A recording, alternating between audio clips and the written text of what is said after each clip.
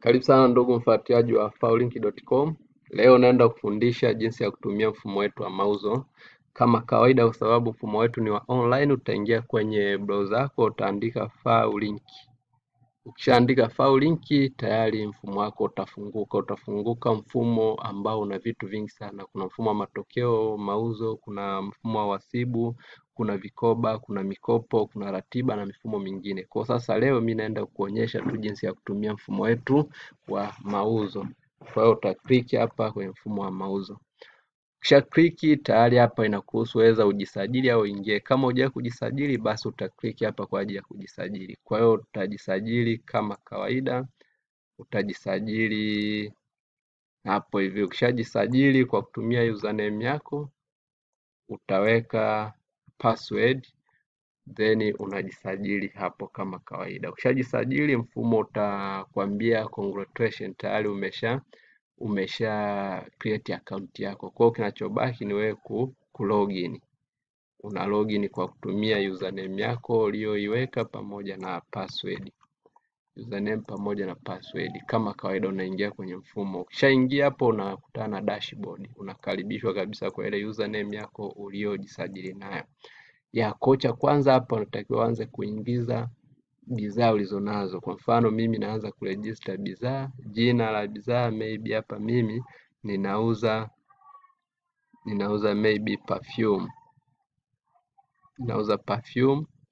Bei ya kuuzia mi perfume yangu nauza 5,000. Lakini mzigo wa perfume nimenunua perfume 100. Bei niliyonunulia maybe nimenunua kwa shilingi 2,500. Nimenunua kwa shilingi 2,500. Kwa una register, unaongeza bidhaa hapo. Kama kawaida inakuja. Nimenunua store na maana ninazo 100. Nimenunua kwa 5,500, lakini bei ya kununulia nimenunua 2,500. Elewa vizuri hapa kwamba inawezekana nimenunua kwa punguzo au nimenunua, ina maana kila roshe moja mimi nimechukulia 2,500, ila ya kuuzia mimi nitauzia 5,000 ili nipate faida. Kwa hiyo unakuja una register maybe bidhaa nyingine, maybe hapa mimi nauza mafuta. Kwa hiyo unakuja bei ya kuuzia mimi nitakuwa nauza shilingi 1,000. Sokoni ipo ngapi? Sokoni pia nichukulia ipo 100. Bei ya kununulia nimesema labda nimechukulia shilingi 25,000 ili nipate faida. Okay, kwa sasa tuchukulie mimi nina hivi vitu hapa. Nikishasajili, kinachobaki mimi narudi kwenye dashboard. Naanza sasa kwenda kufanya mauzo hapa hivi. Hatua ya pili, nimeshasajili bidhaa na kuja kufanya mauzo. Kwenye kufanya mauzo na wewe kazi yako, kwa mfano kama unafanya kazi wako au siana vitu vingine, mwenye kazi yake ni kuingia tu kwenye kufanya mauzo, anakuja anachagua bidhaa zote ambazo umeshajiregister, anachagua hapa. Kwa mfano perfume anaangalia tu, kumbe anauzwa 5,000, store zipo 100, kwa anachagua, anasema perfume labda huyo mteja amenunua perfume 5. Tarehe yenyewe ni automatic kwa tarehe husika, kwa ana rekodi. Kwa hakuna kazi ngumu. Haya, umesha rekodi, amekuja tena mteja mwingine anasema amenunua labda mafuta, maybe mafuta mangapi, mwenyewe kanunua pia labda tuseme mafuta 5. Tarehe husika ya siku hiyo inakuwepo hapo. Kwa hiyo una rekodi kama kawaida, inakuwa inakupa kabisa toto hapo hivi. Kwa sasa tuchukulie huku zitakuwa zinapungua kama unavyoona hapa, zitakuwa zinapungua hapa, na unaona hamna message yoyote niliyoipata hapa. Tuchukue sasa mfano mteja mwingine amekuja amechukua perfume zote 95 zilizobaki. Amechukua perfume 95.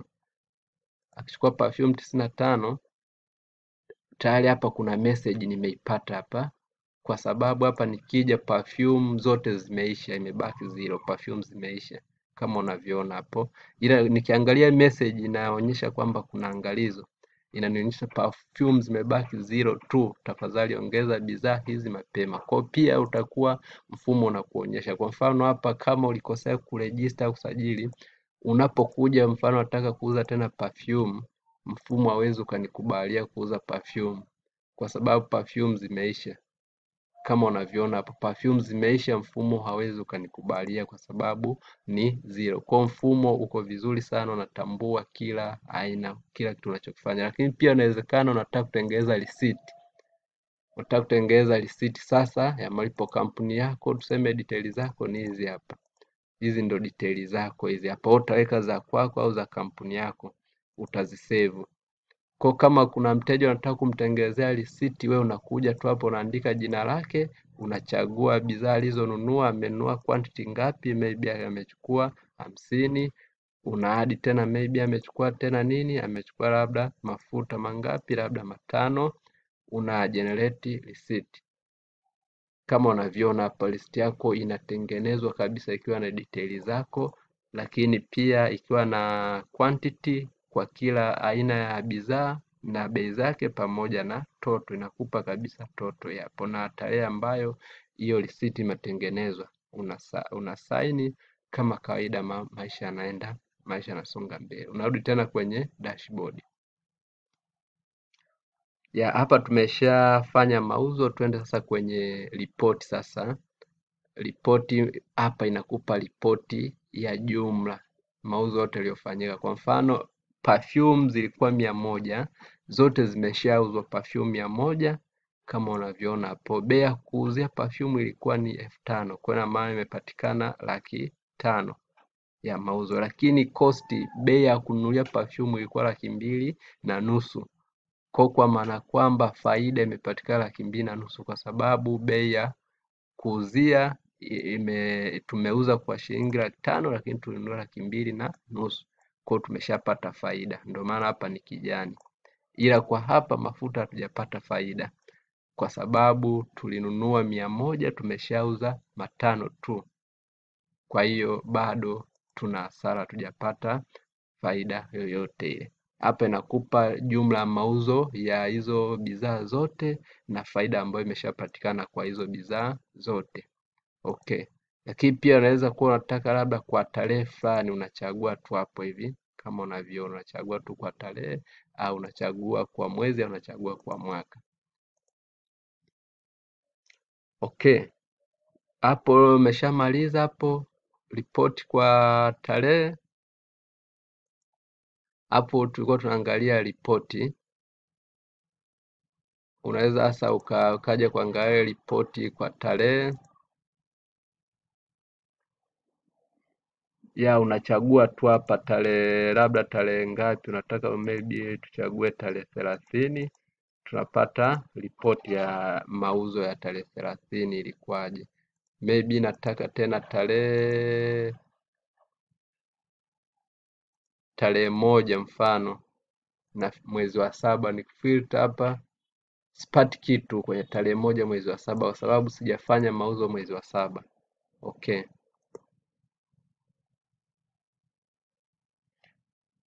Nakuja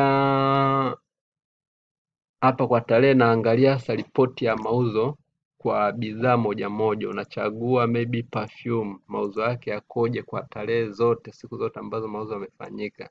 Perfume kama kawaida, kama unavyoona mfumo unatoa ripoti safi kabisa bila shida yoyote. Kama unavyoona hapa, mauzo tarehe fulani ilikuwaje, tarehe nyingine ilikuwaje, ukijumlisha na maana tayari unapata 500,000. Lakini quantity ambazo zimeuzwa ni hizo hapo 100. Faida tayari iliyopatikana ni hapa. Ukitaka mafuta unakuja pia unaangalia hapo. Hapo hatujapata faida, tuna hasara ya shilingi 20,000. Okay, tumeuza 5 kwa shilingi 5,000, kwa shilingi 5,000 jumla. Unakuja sasa ile summary ile, kwa mfano kwa ujumla sasa, na yenyewe inafanana inakaribia tufanana na hiyo ya kwanza, lakini haina tofauti mkubwa. Tunakuja kwenye matumizi sasa. Matumizi yaliyofanyika, unaongeza hapo matumizi. Kwa mfano umenunua chakula maybe kwa shilingi 5,000, mfano kwa shilingi 5,000. Aliapprove nani, utaweka maybe boss ndo aliapprove. Ilikuwa tarehe ngapi, unachagua tarehe ambayo umefanya matumizi, una add hapo. Unakuja tena maybe ulinunua umeme kwa shilingi ngapi, 10,000, kwa shilingi 10,000. Aliapprove nani, maybe ni boss au wewe mwenyewe. Hapa unaweka comment kama kuna maelezo ya ziada. Unachagua tarehe kama kawaida, una add expense ya kwa huku itakuwa inakupa jumla ya matumizi yote yaliyofanyika pamoja na mchanganuo wa kila matumizi, kwa kila matumizi yaliyofanyika na kwa kila tarehe. Unaweza ukaedit na unaweza ukadelete. Okay, lakini baada ya kufanya matumizi hapo inakupa ripoti sasa ya hayo matumizi yaliyofanyika kwa tarehe au kwa mwezi au kwa item au kwa aina ya matumizi yenyewe, una select hapa, au kwa mwaka una select hapa kupata matumizi yake. Unaweza ukaprint, lakini pia unaweza ukasave kama Excel. Kwa hapa sasa unapata sasa ripoti ya mauzo yote, mchanganyiko wote kwa ujumla hapa hivi. Gharama ya ununuzi jumla, perfume tulisema tumenunulia shilingi, perfume tumesema tumenunua shilingi 250,000, lakini mafuta tulisema tumenunua shilingi 25,000. Kwa kumbe jumla ya manunuzi yote kama kawaida unavyoona inakuletea bei ambayo ni sahihi kabisa, inakuletea 275,000. Lakini mauzo yote, perfume tuliuza kwa shilingi 500,000 na mafuta tumeuza tu kwa shilingi 5,000. Perfume 500,000, mafuta 5,000 tu. Kwa jumla ya mauzo yote inakuwa 500,000 na 5,000. Jumla ya matumizi yote yaliyofanyika tulisema 15,000. Kwa faida halisi ina maana iliyopatikana, unatakiwa uchukue mauzo yote kutoa gharama ya ununuzi, unakuja unapata 230,000. Sasa ile 230,000 ndo faida, lakini kuna matumizi ambayo yamefanyika. Matumizi yaliyofanyika ni 15,000. Kwa uchukue hii 230,000 iliyopatikana baada ya kuchukua mauzo yote kutoa gharama ununuzi, tunatoa matumizi 15,000. Kwa inabaki 215,000. Kwa mfumo huko safi kabisa, unatoa ripoti zilizonyoka, hazina shida yote. Karibu sana ndugu mfuatiliaji wa faulink.com. Kwa hapa inakupa ripoti zilizonyoka kabisa. Kwa huku inakupa mchanganuo sasa wa bidhaa kwa tarehe, mchanganuo wa bidhaa zilivyokuwa zinauzwa na jumla, lakini pia mchanganuo wa matumizi yaliyofanyika. Hapa inakucholea grafu kama unavyoona hapa, inakucholea grafu. Okay. Hapa sasa unaweza kuwa unataka kushiriki au unataka, kwa mfano labda unataka kushare bidhaa zako, weza WhatsApp, Instagram au Facebook, popote. Kwa unakuja unaziselect hapa afu unachagua kushare. Kwa ukichagua share yenyewe itaenda na kama unavyoona hapa, utashare bidhaa zote hizo nazo na bei zake. Hii namba ya simu utaiedit kwa hapa, ukiklik hapa hivi ina maana kama uko kwenye WhatsApp, kwenye simu yako au kwenye Facebook itakubali kushare kama kawaida. Ukirudi hapa inakuambia tayari ujumbe umeshirikishwa, tena maana umesha share huko ambako ulikuwa una share kwenye WhatsApp au kwenye Facebook au sehemu yoyote. Okay, lakini sasa hapa unaweza kuwa unahitaji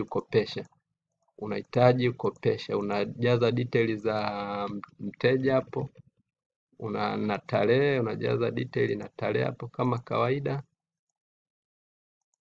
Kwa mteja anaongezeka huku, akitaka kulipa unakuja tu unaweka kiasi anacholipa, unaweka tarehe anayolipa, una click hapa, ina maana tayari detail zinaonekana kwamba ameshaanza kulipa. Lakini unaweza ukamtengenezea mkataba sasa, kwamba huyu mtu mtengenezee mkataba. Unaweza ukamtengenezea mkataba unatengeneza mkataba tayari, mkataba wake unatengenezwa vizuri kabisa bila shida yoyote na kuonyesha details zote